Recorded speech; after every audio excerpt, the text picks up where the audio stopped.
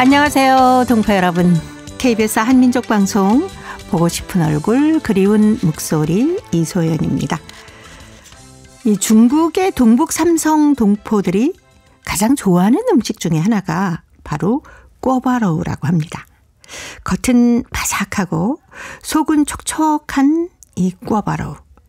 저도 참 좋아하는데요. 우리 동포들은 고향 친구들끼리 모이거나 가족들이 모이면 꼭 이 꿔바로우를 시킨다 그래요.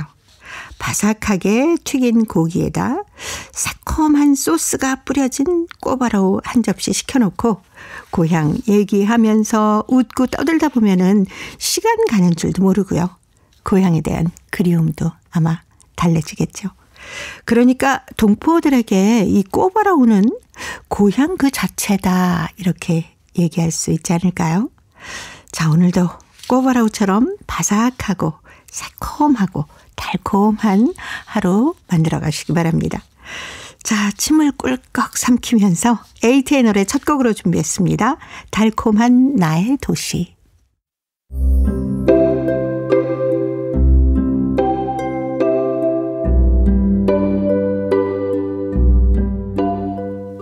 동포 여러분의 편지 사연으로 함께합니다. 행복우체통 화요일에 편지 손님 홍익대학교 글로벌 경영학과 전춘화 교수님 함께합니다. 어서 오십시오. 안녕하세요. 네, 뭐 먹는 얘기부터 시작하네요. 그러니까요. 고마워요. 꿔바로우 좋아하시죠? 아유, 좋아하죠. 네. 거의 동북 삼성에 있는 뿐만 아니라 네. 중국 분들이 꿔바로우를 좋아하시는 분들 상당히 많습니다. 그런 것 같아요. 네, 동북의 어떻게 보면 대표적인 요리하면 네. 아마 첫 번째가 꿔바로우. 네. 그다음에 이제 찌차이, 쏜차이, 그러니까 신배추로 만든 요리. 예, 그러니까 몇 개 요리 대표 요리 중에 아마 네. 사람들이 그 호불호를 가려도 꿔바로우만은 아마 호불호 가리지 않고 누구나 다 좋아하는 네, 그런 음식인 것 같습니다. 예. 요즘에도 이 한국에서는 중국 음식점에 가보면 예전에는 꿔바로우라는 메뉴가 없었거든요. 예, 맞습니다. 근데 요즘에 생겼더라고요. 그렇죠. 탕수육도 따로 있고. 그리고 보통은 네. 그 그러니까 짜장면이나 뭐 짬뽕 같은 집은 탕수육이 네. 어떻게 보면 꿔바로우 대체라고 생각하는데, 그렇죠. 근데 이 두 개가 완전 다른 거거든요. 네. 탕수육 보면 약간 외관으로 봐서도 탕수육이 약간 벌거스름을 모양도 하면서 다르고. 네, 그리고 네. 그다음에 이제 꿔바로우는 거의 흰색으로 이제 네. 되어 있잖아요. 그 가공 방식이도 차이도 나고, 그냥 맛을 느꼈을 때 저는 탕수육이 약간 더 달콤하다는 느낌이 좀 더 든다고 느껴집니다. 그 소스 때문에. 네, 맞습니다. 네. 좀 더 이렇게 달콤한 느낌 들고, 그다음 꿔바로우는 달콤한 것보다는 약간 그 뭐라 할까요? 이 신맛이 좀 더 느껴지고, 새콤한 맛이. 그리고 안에 네. 있는 그 고기도 네. 모양뿐만 아니라 이렇게 탕수육이 좀 더 쫄깃쫄깃한 느낌인데, 꿔바로우는 약간의 이제 쫄깃한 느낌보다 바삭한 느낌. 네, 그게 더 강하죠. 예.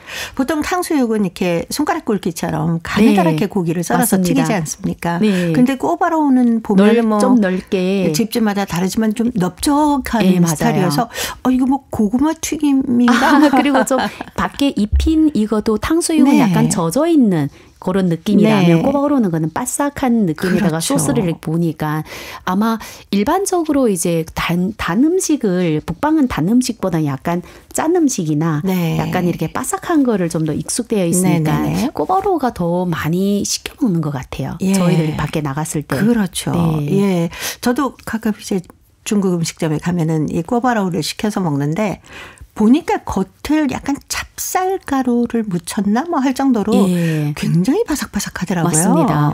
그리고 이 꿔바로우는 그 역사가 굉장히 깁니다. 네. 이제 100년 넘었거든요. 꿔바로우가 네. 처음 만들어져서 지금이 유래가 있습니다. 이 할빈에 있는 네. 할빈에 있는 따오푸다이라는 그 따오다이푸라는 이런 그 식당이 1907년도에 여기에서 출근하는 그 정신 이런 그 세포가 있었거든요. 이 요리사가 그 시기에는 이제 러시아가 이제 중국의 이제 할빈 이쪽에 이제 그 뭐죠? 뭐 사무실도 있고 그 시기에 약간 중국이 약간 열대 강국의 어떻게 보면 침략을 받는 일이 시기라서 러시아군들이 굉장히 많았는데 러시아 사람들 입맛에 맞게 산동 요리 루차이에서 그 요리 하나를 변경을 해서 약간 네. 새콤달콤해서 만들어온 것이 꾸어바오로우라고 이렇게 원래 이름을 지었습니다. 네. 그런데 러시아 발음으로는 꾸어바오로우가 되니까 나중에는 네. 변형돼서 그래서 1907년도에 만들어져서 러시아는 즐겨 먹다가 1911년도에 여기에서 이제 국제회의가 이제 열리게 되는데 네. 그걸 통해서 그냥 전국으로 확 이렇게 굉장히 많은 나라가 알게 됐죠. 네. 그래서 지금도 할빈 가면 100년 되는 가게가 있습니다. 거기 못 가봤네요. 네, 그러니까요. 지금 벌써 1907년도 만들어졌으면 지금 네. 벌써 몇 년도인가요? 118년 정도 됐죠.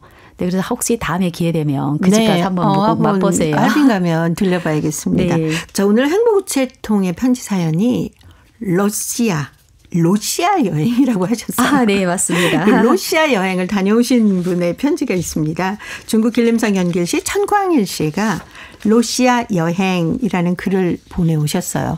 자, 전춘아 교수님이 먼저 소개합니다.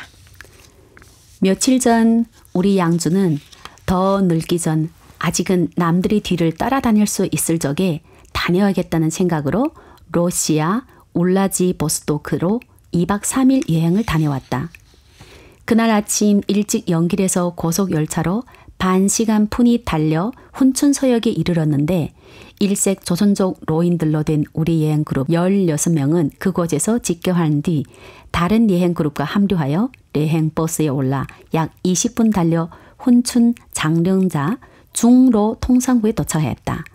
우리 일행은 차에서 내려 출국 수속을 하는데 중국 쪽에는 현대화 전자 설비이다 보니 별로 거침이 없었는데 러시아 통상구에 건너와서 입국 수속을 하는 데는 완전히 딴판이었다. 길게 줄을 서서 한 사람씩 해관 인원들이 육안으로 대조하고 확인하다 보니 시간이 오래 걸리면서 짜증도 났지만 그래도 별일 없이 계속 달렸다. 러시아 길은 고속도로는 아니었는데 글쎄 이곳의 길보다는 못하지만 그래도 떠날 적에 생각보다 좋아서 차가 시원스레 달리면서 관문을 넘을 적에 시들었던 기분도 점차 펴지기 시작하였다. 러시아 땅이 넓고 크다는 것을 알고 있었지만 정작 버스에 앉아 가도 끝이 없는 드넓은 녹색 파도 속에 묻혀 달리다 보니 감탄을 금할 수가 없었다. 우리 연변에 평강벌, 세전이벌, 훈춘벌 등이 넓은 줄로 알았는데 러시아의 벌판은 달리면서 그 벌판은 아무것도 아닌 줄을 알게 되었다. 중국의 동부평원, 화부평원을 차로 달리면서 평원이란 끝이 없이 이어지는 곡식밭들과 가도 수없이 촘촘하게 이어지는 사람 산 동네 인가들로 이런 줄로 알았는데 눈앞에 펼쳐지는 끝이 안 보이는 러시아의 평원은 몇백 년, 몇천 년을 사람들이 손길과 발길이 닿지 않을 가둑나무, 자작나무, 호두나무, 두릅나무 등이 활렴립 아니면 눈이 모자라게 바라보이는 무연한 갈대밭 새밭으로 이루어진 처녀지 평원도 있다는 것을 알게 되었다. 그렇게 녹색의 바닷속으로 버스로 6시간 넘게 달리면서도 사람들이 살고 있는 동네라고는 몇 개 눈에 띄워보질 못했고 밭이라고는 없었으며 인가가 살고 있는 곳이라야 우리 이곳처럼 집들이 빼곡히 들어서 있질 않고 오랜 단층 집들이 원시림 속에 듬성듬성이 있어 너무도 적막한 인간 동네 같다는 인상을 안겨주었다. 그렇게 신화 같은 러시아의 원시림 풍경을 만끽하면서 저녁 늦게야 목적지 울라지보스토크에 도착한 우리는 호텔을 잡고 저녁 식사를 하게 되었는데 저녁상에는 당지 바다에서 잡은 보기 드문 대왕게, 굴, 새우 등 해산물들을 올려서 희귀하기도 하고 맛도 있어 우리들은 마음껏 마시고 먹으면서 이튿날에 여행 일정을 약속하고 숙소로 돌아와 휴식을 하게 되었다. 네, 천광일 씨가 보내오신 러시아 여행이었습니다. 다음 편이 또 분명히 올 것 같아요. 네, 맞습니다. 그냥 이제 눈앞에 네. 버스를 타고 그 달릴 때 그 모습을 생각하는. 네. 저도 사실 동북에 살다 오니까 동북도 이렇게 평원이 있고 네. 드넓은 이런 그렇죠. 땅들이 있는데 이분이 묘사하는 걸 들어보니까 이게 상상이 그렇죠. 네, 눈으로 봐도 끝이가 안 보이는. 영화의 한 장면 같이 네, 펼쳐지는 것 같아요. 여기를 갑자기 이제 시간 되면 꼭 가보고 싶습니다. 네, 이 울라디보스토크라고 하셨는데 여기는 블라디보스톡을 얘기하는 거겠죠. 네, 맞습니다. 예, 연길에서 가면 이제 훈춘으로 가서 거기서 이제 다시 국경을 넘어서 버스를 타고 가시나 봐요. 맞습니다. 예. 아무래도 조금은 더 가깝지 않을까 싶네요. 그렇죠. 아무래도 그 연길에서 출발하면 지금 뭐 6시간 넘게 있는데 실제 출발해서 이제 그것까지 가는 시간이 약 한 11시간 정도 소요됩니다. 네. 그리고 이제 용로로 이동하기 때문에 어떻게 보면 코로나 시기에 잠깐 이렇게 멈췄다가 지금은 무비자 단체 여행도 다시 재개되었다 해서 굉장히 많은 분들, 특별히 시간이 좀 여유가 있는 분들은 한 번쯤은 용로로 러시아를 네. 한번 다녀오자. 이렇게 그냥 들으면 11시간 너무 길지 않을까 하는데 중국의 동북 삼성은 기본적으로 버스 탔다 하면 7시간, 뭐 10시간 이런 건 사람들이 그냥 이제 그러려니. 네, 그러려니 하죠. 지금은 네. 빨라졌는데 제가 이전에 대학교 다닐 때만 해도 우리 네. 집에서 학교까지 가는 시간이 9시간. 이동 시간까지 하면 아침 떠나면 저녁에 도착하거든요. 그러네요. 네. 예, 뭐 중국도 워낙 땅덩어리가 크지 않습니까? 그렇죠. 근데 러시아도 그렇고. 네, 그리고 뭐 작은 버스를 타고 가는 게 아니라 네. 그냥 올라타면 7시간 반 꼬박 그냥 앉아서 가는 버스들이 많아요. 네. 그거를 그냥 힘들긴 한데 누구나 다 그렇게 타니까. 그렇죠. 11시간 안에 갑자기 짧은데? 이런 느낌.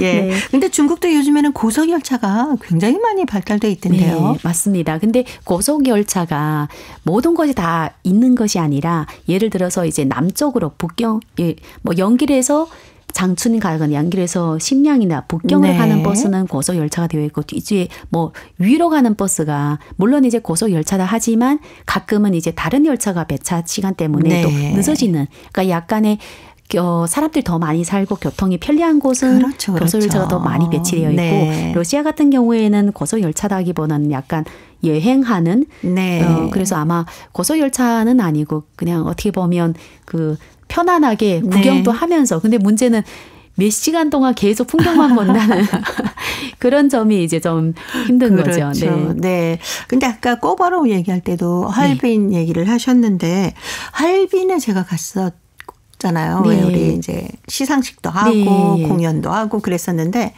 그쪽에 가니까 러시아풍의 거리가 있더라고요. 예, 맞습니다. 그 말이 달리고 마차가 그렇죠. 다니던 그 길이 있고요. 할빈이 그 러시아의 그 조개지로 한동안 굉장히 오랜 기간이 있다 보니까 네. 굉장히 많은 건물들이 할빈의 문화를 역사 문화를 현대 문화 역사를 대표하는 건물들이 거의 다 러시아풍이거든요. 그러다 보니 그 러시아 거리도 있고 네. 지금 가보면 할빈이 왕홍도시가 됐잖아요. 왕홍도시 돼서 사람들이 와서 옷을 입고 찍는 게 그 소피아 성당 앞에 찍는 거 네. 거의 러시아의 왕족들이 오십니다. 그래서 어떻게 보면 러시아 분들도 좀 그러네요. 좀 그렇게 생각할 수는 있는데 이게 우리의 옷인데 왜 저기서 가지고 찍지 할 정도로 할빈이 약간 러시아의 그 건축뿐만 아니라 네. 러시아의 그 근대의 할빈이 있었던 역사 이것까지 볼 수 있는 거리가 있습니다. 예, 그래서 아마 많은 분들이 더 관광을 가시는 것 같더라고요. 네, 그렇죠. 예, 이 러시아 얘기가 나오니까 이 노래를 또 안 들어볼 수가 없네요. 이오시프 코브존이 노래합니다. 백학. 화요일의 행복우체통 홍익대학교 글로벌 경영학과 전춘아 교수님과 함께하고 있습니다. 자, 이번 편지 중국 길림성 연길시 박지은 학생이 보내왔습니다. 우리 선생님이란 글인데요. 제가 소개해드립니다. 화가 난 호랑이 얼굴, 짙은 눈썹에 부리부리한 독수리 눈, 오뚝한 코에 장미처럼 붉게 물든 입술을 가진 분이 바로 우리 담임 선생님이시다. 이런 묘사를 보고 나면 틀림없이 우리 담임 선생님은 아주 무서운 분이라고 생각할 것인데 사실은 그렇지 않다. 내 마음속에 담임 선생님은 용감한 여전사시다. 우리가 선생님의 경고를 무시하고 난동을 피우면 선생님의 휴화산을 건드리면 선생님은 시뻘건 용암을 왈칵 토해내시며 우리한테 뜨거운 눈총을 쏘신다. 그 눈총에 맞으면 대부분 친구들은 고양이 앞에 쥐가 되지만 몇몇 말썽꾸러기들은 눈치도 없이 끝까지 투항을 하지 않는다. 그럴 때면 선생님은 성난 호랑이 얼굴을 하고 독수리 눈을 부릅뜬 채 더 무시무시한 불화살을 날린다. 그러면 끈질기게 애를 먹이던 말썽 꾸러기들도 백기를 들고 물러선다. 이렇게 우리 담임 선생님은 백전백승의 여전사시다. 그러나 선생님은 때로는 불쌍한 백설공주가 되기도 한다. 우리를 턱없이 믿고 아껴주는 선생님의 마음에 상처를 내는 개구장이들 때문이다. 개구장이들의 독사과를 먹고 선생님이 쓰러질 때면 우리는 모두 요정이 되어 선생님의 볼에 살포시 뽀뽀를 해준다. 우리의 요술에 선생님은 다시 얼굴에 환한 미소를 띄우신다. 선생님의 따가운 눈총, 무시무시한 불화살, 그리고 자애로운 미소는 우리를 바르고 씩씩하게 키워주는 달콤한 마법이다. 나는 우리에게 매일같이 사랑의 마법을 부리는 담임 선생님이 참 좋다 라는 글을 보내왔습니다. 소학교 5학년이에요. 네. 이때면 친구하고 담임 선생님의 전부가 아닙니까? 그렇죠. 그렇죠. 생활이. 거의 이제 어른들이 가족 빼고 나를 영향 줄 수 있는 제일 중요한 사람이 선생님이 되잖아요. 그렇죠. 그 선생님이 이제 그 모든 행동이나 표정이나 이거를 이제 집에 와서 얘기하고 친구들과 얘기해요. 그게 이제 어렸을 때 주였던 것 같습니다. 네. 근데 표현을 너무 재밌게 했어요. 그러니까요. 무시무시한 뭐 독수리 눈 호랑이 하다가 백설공주가 되시고. 네. 네. 아우, 선생님의 이런 마법 때문에 우리 학생들이 요 한 소학교 5학년쯤 되면 이제 자신의 어떤 진로를 좀 생각하고 꿈을 이루기 위해서 많이 어떤 일을 해야 되나라고 생각하실 게 아닌가요? 그렇기도 하고 또 하나는 네. 선생님한테서 어떤 인정을 받고 싶은 것도 굉장히 그렇죠. 강하다 보니까 어릴 때는 마냥 칭찬만 받으면 마냥 좋아했다면 네. 그다음에 이제는 자기의 자아가 생성되니까 네. 아, 선생님도 그냥 무섭고 그냥 이렇게 그게 아니라 때로는 약한 존재이기도 하고 또 네. 이때 되면 이제 아이들이 약간 사춘기를 너무 일찍 들어가잖아요. 그렇죠. 그러다 보니 선생님 괴롭히는 것도 보이거든요. 그래서 선생님 네네. 어쩔 수 없이 이렇게 하는 것도 보이고 지금 이 시기가 어떻게 보면 제일 재미있는 것 같습니다. 네. 근데 전춘아 교수님은 학생들이 어떻게 표현하고 있는지 그것도 참 궁금합니다. 그러니까요. 물론 대학생들이라 다르겠지만. 네, 맞아요. 네. 저는 개인적으로 내가 굉장히 인자하고 네. 많이 묻고 이렇게 제 나름대로 굉장히 부드러운 선생님이다. 네. 이렇게 생각을 하는데 반면에 또 어떤 학생들은 제가 이제 좀 무섭다고 하는 학생들도 있고 네. 왜냐 이제 다른 교수님들 같은 경우에는 그냥 공부면 공부 뭐 다른 것까지 안 보는 저는 이제 사실 뒷조사한 건 아닌데 어느 정도 굉장히 많이 파악하고 있으니까 네. 이 친구들이 약간 이 담임 선생님도 아니고 또 담임 같은 얘기도 네. 하고 또 어떤 때는 제가 톡 쏠 때도 있거든요. 이제 뭐 이거 좀 제대로 하고 다녀라 네. 이렇게 얘기하는 것도 있고 그래서 그런지 친절하면서도 또 뭔가 잔소리 조금 하는 네. 그 때로는 또 뭔가 잘못했을 때 저는 좀 단호하게도 얘기를 하거든요. 그렇죠. 네, 그러다 보니 가끔 애들 평가하는 애들 보면 마냥 인자하지는 않고 안 되면 어떤 때 불러오고 네. 너 여기 왔다 가라. 네. 아니 근데 선생님이 학생들에게 많은 관심을 가질수록 좋은 거 아닙니까? 맞습니다. 이게 네. 저희 지금은 단지 지식을 전달하는 그 선생님만 되는 게 아니라 학생들이 실천을 할 수 있게 네. 가이드 역할을 해야 되고 때로는 엄하게 때로는 약간 이제 부탁 때로는 그래서 카멜레온 역할을 많이 해야 됩니다. 맞습니다. 네. 그래야 이제 학생들이 약간 가족 같은 느낌. 네. 예, 가족은 뭡니까? 마냥 좋지는 않잖아요. 때로는 혼낼 때도 있고. 근데 어쩔거나 학생들 하여금 이 선생님 나를 위해서 이러는구나. 네. 그래서 아마 카멜레온 역할을 많이 할 때가 많죠. 네.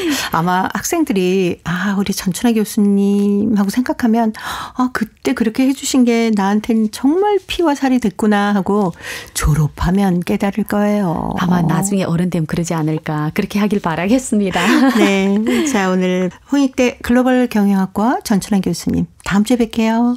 감사합니다. 감사합니다. KBS 한민족방송 보고 싶은 얼굴 그리운 목소리 듣고 계십니다. 동포통신원들과 전화를 연결해서 여러분 계신 곳에 새로운 소식 함께 듣습니다. 통신원 리포트인데요. 오늘은 중앙아시아 카자흐스탄, 러시아, 사할린 지역의 소식 준비했습니다. 먼저 카자흐스탄의 김상욱 통신원 만나봅니다. 김상욱 통신원 안녕하세요. 네, 안녕하세요. 알마티에서 2025 알마티 미니 한류 박람회가 열렸다고 하는데 자세한 소식 전해주십시오. 네, 그렇습니다. 카자흐스탄 경제 수도 알마티에서 코트라가 주최한 2025 알마티 미니 한류 박람회가 지난달 26일에서 28일까지 개최되었습니다.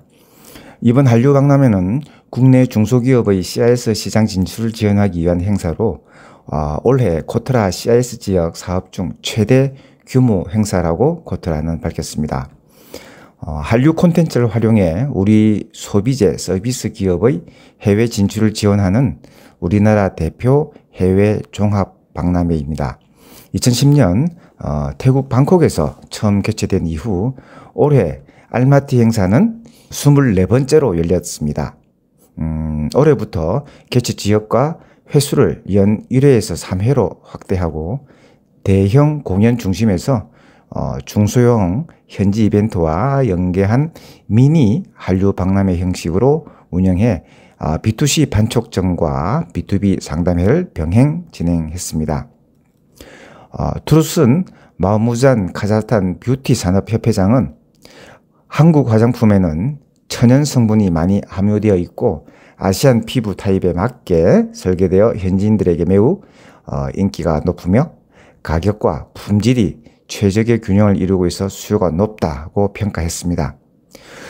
현지 유통기업 에볼리 그룹 시크랏 마시모프 CEO도 카자흐스탄은 화장품 수요가 많은 성장 시장이며 K-뷰티 트렌드에 대한 높은 수요가 있다.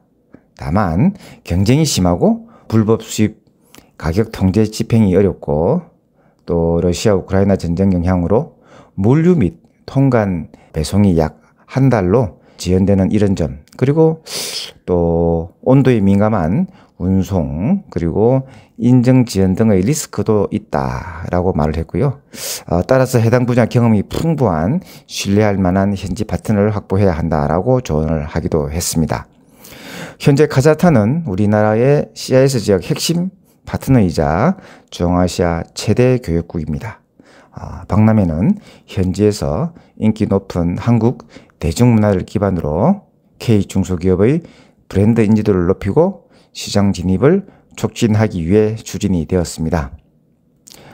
국내외 한 300개 기업이 참가했고요. 약 5,000명의 현지 관람객이 현장을 찾았습니다. 지금 현재 카자흐스탄 최대 쇼핑몰 메가몰에서는 아시아 모델 페스티벌과 연계해서 온라인 B2C 판촉전도 열렸습니다. 현지 유명 모델이 참여한 패션쇼와 함께 한국 제품 체험 부스를 운영해 현지인들의 관심을 집중을 시켰습니다. 현재 카자흐스탄 화장품 수출액은 7,412만 달러로서 올해 1억 달러 돌파가 유력해 보입니다. 자, 그리고 우리나라의 고속도로 설계와 또 운영 노하우가 카자흐스탄에 수출이 된다면서요? 네, 한국도로공사는 지난달 26일 카자흐스탄 정부에서 발주한 140만 달러 규모의 동서도로 유료화 전략 수립 컨설팅 사업을 수주했습니다. 현지 매체들의 보도에 따르면요, 이번 사업은 카자흐스탄에서 중국과 국경을 접한 동쪽 지역인 허르고스에서 남쪽에 있는 알마티를 연결하는 355km 구간의 기존 2차선 도로를 4차선 305km 구간으로 확장과 동시에 유료화한 도로로 변경하는 것입니다. 도로공사는 국내 엔지니어링 기업인 이산과 컨소시엄을 구성해 수주에 성공했으며 국내 고속도로 통행료 징수 시스템과 요금 징수 정책 전략 등을 수립해 줄 계획입니다. 이 통행료 징수 시스템 설치에 따른 하이패스와 지능형 교통 시스템 컨설팅도 포함되어 있고요. 그래서 현지 교통 체계도 한 단계 상승할 것으로 전망됩니다. 특히 도로공사 컨소시엄이 유로화 도로 전략을 수립하게 돼 향후 이어질 도로공사 본공사에서 국내 기업들이 추가 수주도 가능할 것으로 보입니다. 네, 카자흐스탄 소식 김상욱 통신원이었습니다. 소식 감사합니다. 네, 감사합니다. 자, 이어서 러시아 사할린으로 가봅니다. 배순신 통신원 안녕하세요. 안녕하세요. 반갑습니다. 네, 반갑습니다. 유즈노 사할린스크에서 한민족 전통놀이 한마당이 열렸다고 하는데 자세한 소식 전해주십시오. 네, 최근 유즈노사할린스크시 동양 김나지에서 한민족 전통놀이 한마당이 펼쳐졌는데요. 이 행사는 유즈노사할린스크시 한인회 그리고 동양 김나지아가 체결한 양측 간의 상호 협력 및 지원에 관한 협약의 일환으로 개최되었습니다. 이번 행사에는 동양 김나지아 학예 캠프에 참여 중인 1학년부터 3학년까지 초등학생 60여 명이 참가했고요. 이날 유즈노사할린스크시 한인회 임원들과 청년부 회원들은 학생들에게 제기차기, 딱지치기, 공기놀이, 비석치기, 윷놀이, 투호 등 한국 대표적인 전통놀이 6종목을 소개하고 단체전을 진행했습니다. 학생들은 6팀으로 나뉘어 열심히 승부를 겨뤘으며 1, 2, 3위를 차지한 팀에게는 상장과 달콤한 선물이 수여되어 참가자들의 기쁨을 더했습니다. 또 그리고 학생 시한인회와 학교 지도부 측이 모두 매우 만족해 기뻐했습니다. 이번 프로젝트로 끝나는 게 아니라 다음 주에 또 한 행사가 펼쳐진다고 전해줬습니다. 네, 사할린 소식 배순신 통신원이었습니다. 소식 잘 들었습니다. 네, 고맙습니다. 네, 고맙습니다. 최근에 유즈노 사할린스크 동양 김나지아에서 한민족 전통놀이 한마당이 펼쳐졌습니다. 1학년부터 3학년 초등학교 학생 60여 명이 참가했다고 하는데요. 제기차기, 딱지치기, 공기놀이, 비석치기, 윷놀이, 투호 같은 이 한국의 대표적인 전통놀이를 소개했고요. 학생들은 6개 팀으로 나뉘어서 열심히 게임을 했다고 하는데 1, 2, 3위를 차지한 팀에게는 상장과 달콤한 선물이 주어졌다는 사할린 소식이었습니다. 퀴즈를 통해서 대한민국의 역사와 문화를 배우는 퀴즈 한마당 이어드립니다.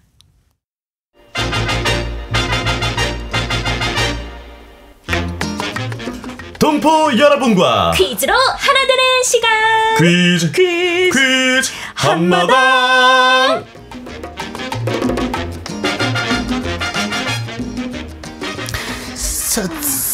선생님 너무 어두워요. 아이씨, 조용히 해. 무서운데 후레시키면 안 돼요.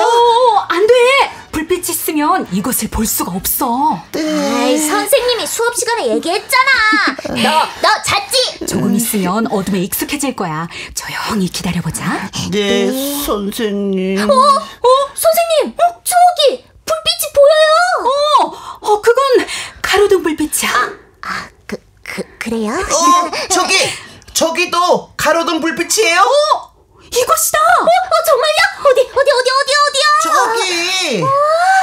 진짜 반짝반짝 빛나네.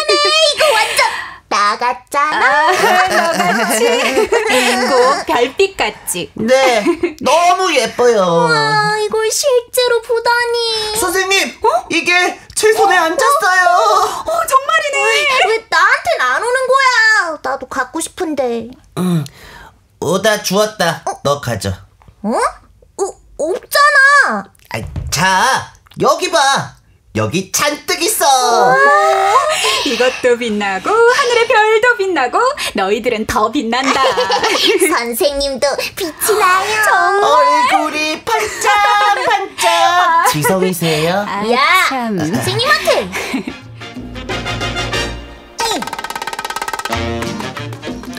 선생님하고 학생들이 이것을 체험하기 위해 산에 갔다가 이것을 봤네요. 그러게요. 이것은 1, 2cm 정도 되는 작은 곤충인데요. 활동하는 시간은 늦은 밤이고 낮에는 주로 돌틈 같은 곳에서 잠을 잔답니다. 이것은 초여름밤 수풀이나 물가에서 반짝반짝 빛을 내 은하수가 펼쳐지는 듯한 장관을 보여주는데요. 이것이 빛을 내는 것은 짝짓기를 위해 자신의 위치를 알리기 위해서인데요. 적으로부터 자신을 지키고 위험을 알리는 통신수단이기도 합니다. 우리가 흔히 개똥벌레라고 부르는 이것의 원래 이름은 반디인데요. 이것은 전 세계에 2,000여 종이 서식하고 있는데요. 남극과 북극을 제외한 전 세계에 서식하고 있습니다. 이것은 아주 맑은 1급수의 물이 있는 계곡에서만 서식하기 때문에 이것이 날아다니는 곳은 생태 환경이 잘 보존된 곳이라고 할 수 있습니다. 자, 여기서 문제 나갑니다. 이것은 몸에서 스스로 빛을 내는 곤충인데요. 청정한 환경에서만 자라 대표적인 환경지표 곤충입니다. 우리가 흔히 개똥벌레라고 부르는 이것은 무엇일까요? 자, 보기 드립니다. 1번 반지의 제왕, 2번 반지꼬리반, 3번 반딧불이. 정답을 보내주신 분 가운데 일주일에 한 분 추첨해서 소정의 상금이나 상품을 보내드립니다. 퀴즈 한마당. 지금까지 성우 정상 1 김정은이었습니다. 예전에는요, 농촌에서 이것을 정말 흔하게 볼 수 있었습니다. 그런데 살충제나 농약 같은 화학약품을 사용하고 무분별하게 개발을 하다 보니까 이것이 점차 사라져서요, 이것을 거의 볼 수 없다고 하네요. 환경이 깨끗한 청정 지역에서만 이것을 볼 수 있게 됐습니다. 최대 규모로 이것이 서식하는 무주 1호는 천연 기념물로 지정이 돼 있으니까요. 무주를 비롯해서 영암, 제주도 등에서 이것 축제를 하기도 합니다. 저는 이거 생각하면 개똥벌레라는 노래가 먼저 떠오릅니다. 이것을 개똥벌레라고도 하거든요. 최근에 젊은 가수가 부른 나는 이것이라는 노래가 정말 인기가 많습니다. 동포 여러분 계신 곳에 이것이 있는지 궁금하네요. 이것이나 여러 가지 비슷한 것들에 얽힌 추억도 많으실 겁니다. 행복우체통에 사연으로 보내주시기 바랍니다. 정답은 KBS 홈페이지에 접속하신 다음에 라디오 한민족 방송 보고 싶은 얼굴 그리운 목소리를 순서대로 누르시면은 청취자 참여란이 있습니다. 여기에 정답도 보내주시고요. 또 행복우체통에 사연도 많이 보내주시기 바랍니다. KBS 콩으로 정답을 보내실 때는 잊지 마시고요. 연락처 꼭 남겨주세요. 여러분의 많은 참여 기다리고 있습니다.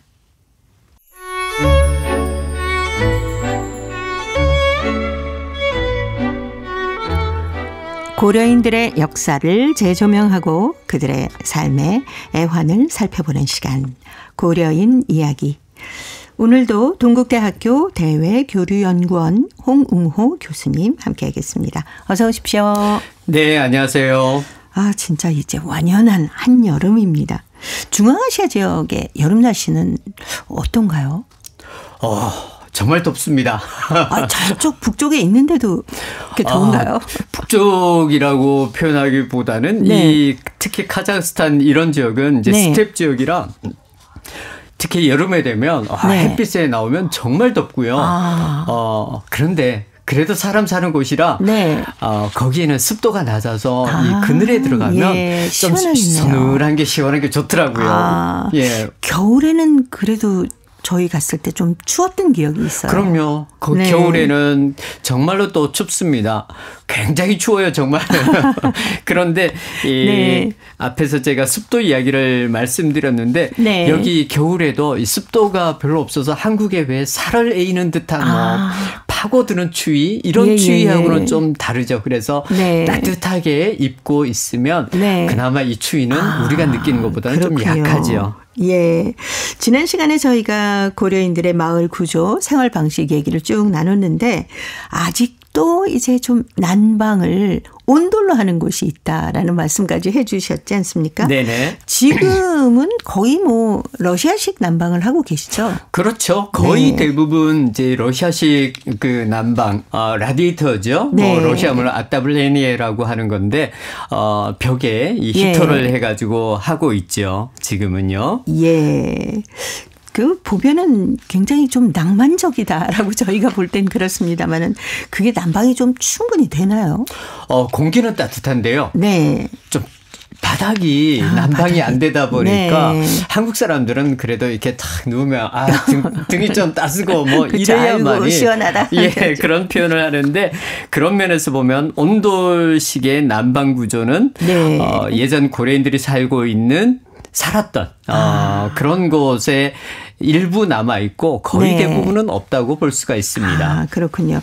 그래도 이제 이런 난방을 원하시는 분들은 아직도 그 온도를 좀 선호하고 계시다. 그렇죠. 그게 가능한가요? 최근에는 한국의 이 그 보일러 회사들이 네. 러시아나 중앙아시아로 진출해서 우리식 보일러 네. 시스템 네네네. 바닥이 따뜻해지는 시스템을 설치를 하고 있습니다. 그래서 우리 고려인들만이 아니라 러시아나 중앙아시아 분들도 네. 이거 보니까 방이 좋은 것 따뜻하고 같다. 좋잖아요. 그래서 네. 그런 시설들을 많이 하고 있습니다. 예. 지금 뭐 이렇게 보일러 시설 얘기를 해 주셨는데 이 혹시 집에서 그러면은 가축 같은 거는 어떻게 키우나요? 가축의 경우에는 네. 우리 한국에서도 어릴 때 저도 이제 그랬는데 외양간이 있었잖아요. 네. 집 구조가 보통 일자로 되어 있는 경우들이 있는데 이 일자 구조 중에 부엌이 있고 한쪽 옆으로는 방이 있고 네. 반대쪽으로는 외양간을 설치하는 그래서 네. 뭐 소를 보통 키우는 경우가 있죠. 또 어떤 지역 이제 제가 이런 곳과 똑같은 곳이 어디에 나오는가 자료를 찾아봤더니 네. 주로 이 포세트 지역 즉 두만강 바로 넘어 핫산 근처 지역의 포세트 네. 지역은 집이 일자 구조로 되어 있고 외양간이 집 안에 있는 이런 구조더라고요. 그런데 조금 더 위쪽으로 올라가게 되면 네. 이런 것은 이제 좀 나중에 이주한 지역이 되는데 이런 네. 지역에 가면 외양간이 따로 설치되어 있습니다. 예. 그래서 마당 한쪽 옆에 따로 이 조그맣게 외양간을 지어서 거기에서 소를 키우고 뭐 이런 형태를 보여주고 있더라고요. 네. 우리는 이렇게 같이 살아가는 네. 가축도 어떤 가족의 그렇죠. 의미였었는데 이게 조금씩 이제 달라지는 모습을 볼 수도 있습니다. 그 옛날에 한국의 농촌하고 참 많이 비슷했겠네요. 그렇습니다. 일단 집 구조도 이 부엌에서 아궁이를 설치를 하고 이 아궁이에 불을 떼어서 우리가 그 온돌 난방을 하죠. 그래서 네. 굴뚝까지 이렇게 세우고 그래서 러시아 여행가들이 돌아다니면서 굴뚝이 보인다. 이건 무조건 고려인 마을이다. 고려인 마을. 예, 이렇게 이제 이야기를 하고요. 그래서 집에서도 그런 모습을 볼 수 있습니다. 네. 어떤 모습이냐면 가마솥을 설치를 해요. 예. 그래서 가마솥에 우리가 뭐 이제 콩을 가을에 추수해서 콩을 많이 삶아가지고 네. 그것을 고려인들도 제가 다음에 또 말씀드리겠지만 메주를 만들어서 장을 담그거든요. 그래서 가마솥이 필요하고 또 이 가마솥의 용도는 소에게 여물을 먹이기 위한 용도로도 사용을 하죠. 또 작은 가마솥이 있습니다. 이런 작은 가마솥은 우리가 일상적으로 뭐 국을 끓여 먹거나 아니면 뭐 밥을 할 때 그래서 가마솥이 몇 개가 이게 부엌에 있거나 아니면 마당 한 켠에 또 설치하는 그런 경우들 것들을 보여주고요. 그 다음에 또 한 가지는 우리 이제 밥상이라고 하죠. 네. 러시아 사람들은 이 의자 문화. 네. 이것이 가장 식탁이 이렇게 높은 그렇죠. 식탁이 있었겠죠. 그렇죠. 식탁이 있는 게 너무나 당연한 건데. 네. 우리는 어릴 때 그러지 않았잖아요. 그렇죠. 예, 그래서 좌식. 그래서 네. 밥상을 봤는데 참 이 고려인들 사회에서도 그런 모습이 있었나 봐요. 어떤 모습이냐면 밥상을 조금 부유한 집에서는 개별적으로 밥상을 드렸다고 해요. 아, 네네. 예, 상이 그렇게 크지 않은 작은 둥근 작은 밥상이나 아니면 사각형이나 육각형 네. 이런 모양의 밥상을 가지고 주로 어른. 예, 그렇죠. 그 집에 이제 네, 그 가장이죠. 네. 예, 그 어른에게는 이제 독상을 드리고, 네. 그 다음에 나머지 가족들이 같이 둘러 앉아서 먹는. 참 러시아 여행가들의 눈에 비친 이 모습은 저 사람들이 앉아 있는 것도 특이하고, 네. 그렇죠. 밥 먹는 것도 참 특이하구나. 네. 이런 걸 이야기를 많이 하고 있습니다. 네. 하기는 뭐 어렸을 때 생각을 해보면 아버지하고 남동생은 따로. 네네. 그리고 여자들하고 어머니는 또 따로. 네. 이렇게, 우리 옛날에 이 남아선호 사상 이런 것이 이 러시아 연해주에 가서도 고려인 네. 사회에서 사실 그대로 있었겠죠. 좀 남아있었죠. 네. 근데 가마솥은 어떻게 만들었을까요? 아니면 여기서 가져갔을까요? 예. 저도 그런 것들이 참 궁금했는데, 네. 가마솥 이런 것들을 처음에는 이게 그 함경도에서 연해주로 넘어갈 때, 네. 가져갔다고 해요. 솥단지도 짊어지고 아니면 당시에는 두만강을 넘어가기도 했지만 배를 타고 쭉 돌아서 이 보스에트나 이런 데로 들어갔거든요. 그래서 배에 싣고 가기도 하고 예, 그런 형태였기 때문에 초기에는 이 그릇이라든가 가마솥이라든가 당장 먹고 살아야 되니까 이런 걸 가져갔는데 거기에 가서 10년, 20년 이제 살다 보니까 거기에서 구할 수 있는 재료들. 그다음에 그 많은 이제 사람들이 넘어가면서 그 중에는 대장간에서 일했던 경험 있는 사람들이 있지 않겠습니까? 그렇겠네요. 그런 사람들이 거기에서 녹그릇도 만들고 가마솥도 만들고 그래서 현지에서 조달하기도 하고 이런 형태가 양쪽에서 다 벌어졌던 것이지요. 예. 그들의 눈에 비친 숟가락, 젓가락도 참 이렇게 특별해 보이지 그렇습니다. 않았을까요? 특히 이 젓가락이라고 하는 것은 그들의 문화와는 상당히 차이가 있죠. 러시아 사람들이 이 여행가들의 이제 생활 패턴을 보면 기본적으로 이제 포크나 나이프가 일반적이잖아요. 그런데 우리 고려인들, 한인들은 그런 것보다는 숟가락과 젓가락을 주로 사용을 했다. 그리고 특히 이제 놋젓가락. 이런 것들을 이제 사용한 모습을 보면서 참 이들의 문화는 우리와 참 여러 면에서 차이가 있구나 하는 것을 이야기를 하고 있습니다. 예, 가구 같은 건 어떻게 했을까요? 가구 같은 경우는 사실은 굉장히 좀 그 조잡한 형태들이 많았어요. 그래서 오히려 가구 같은 경우는 러시아에 가가지고 쉽게 만들 수 있었죠. 워낙 산에 나무들이 많다 보니까 그렇군요. 나무를 베어서 그 뭐 조잡한 형태이기는 하지만 이 장롱 비슷한 것을 만들기도 했죠. 예. 아까 이제 콩을 많이 이렇게 삶아서 매주도 하고 장을 담궜다 했는데 음식은 아무래도 뭐 처음에는 다 비슷하게 먹지 않았을까요? 네, 그렇습니다. 우리나라에서 먹던 대로. 그렇죠. 제가 이 고려인 연구하면서 참 흥미로운 것 중에 하나가 고려인들의 삶이 여러 가지로 빠르게 변하는데 가장 늦게 변하는 게 역시 먹거리, 먹는 거더라고요. 그래서 심지어 고려인들은 지금도 그런 사람들이 있더라고요. 직접 된장을 담그고 또 김치도 꼭 먹어야 된다. 그래서 하루에 한 끼는 반드시 우리 한식으로 고려인식으로 먹는 그런 문화를 가지고 있는 걸 보면서 깜짝 놀랐습니다. 예. 근데 러시아 쪽에 가보니까 특히 그쪽에는 양고기를 좀 많이 드시는 것 같고 고기 위주의 식사가 많던데 우리나라에서는 그렇게 고기를 많이 먹는 음식 문화는 아니었잖아요. 그렇죠. 그래서 고려인들도 사실은 고기를 지금에 와서는 뭐 많이 먹기는 하지만 야채류 네. 이런 걸 참 즐겨 찾고 그렇습니다. 이 중앙아시아의 시장에 가면 고려인들이 이 까레스키 살라트라고 해서 당근채라든가 김치 팔잖아요. 예. 그게 바로 우리의 먹거리 문화가 그대로 지금까지 지켜지고 있는 이제 그런 것으로 볼 수가 있는 것이지요. 사실 그게 제일 건강식인데 그렇습니다. 말입니다. 자, 고려인 이야기. 오늘은 이주 당시 고려인들이 어떤 집에서 어떤 음식을 먹고 살았는지 살펴봤습니다. 자, 오늘도 동국대학교 대외교류연구원 홍웅호 교수님 함께했습니다. 다음 주에 뵙겠습니다. 네, 감사합니다. 제츠비의 노래입니다.